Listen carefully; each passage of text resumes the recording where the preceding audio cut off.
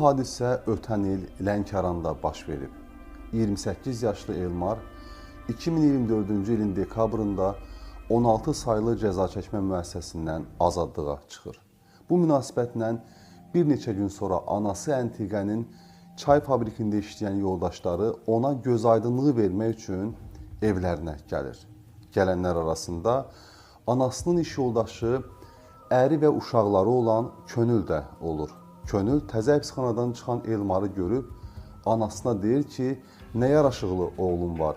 Sonra da öz təbirincə desək, 28 yaşlı Elmarı özündən balaca olduğu üçün qucaqlayıb, üzündən öpür.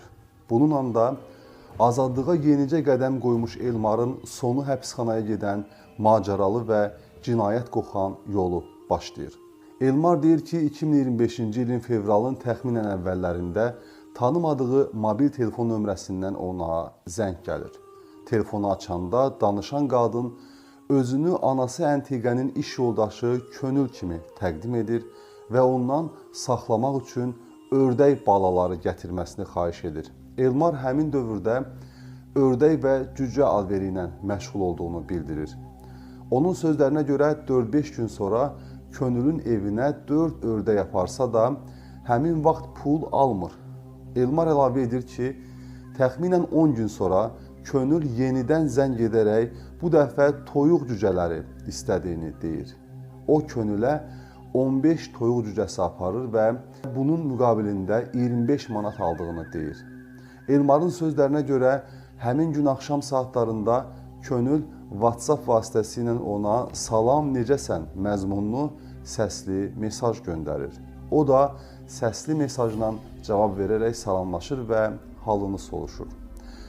Elmar bildirir ki, həmin gündən etibarən onların arasında telefon danışığı və söhbətlər başlayır. Bu müddətdə Könül ona əri vəfadarla bir yataqda yatmadığını, ərinin başqa qadınlarla gəzdiyini və yalnız uşaqlara görə bir evdə yaşadıqlarını deyir. Həmçinin Elmar qeyd edir ki, Könül ona yaraşıqlı oğlan olduğunu deyir, şəkillərini gördüyünü və subay olsaydı ona ərə gələrdi deyə bildirir. Elmarın sözlərinə görə bu sözlər, bu ifadələr onun xoşuna gəlir. Elmar bildirir ki, gözəgəlimli qadın olan Könül gecə vaxtı ona telefonla zəng edərək işə gedəcəyini və arxasınca maşın gələnə qədər onu görmək üçün yaşadığı məhəlləyə dəvət edir. Elmar isə piyada həmin məhəlləyə gələ bilməyəcəyini deyərək görüşü başqa vaxtda saxlamağı təklif edir. Onun sözlərinə görə Könül bu təkliflə razılaşır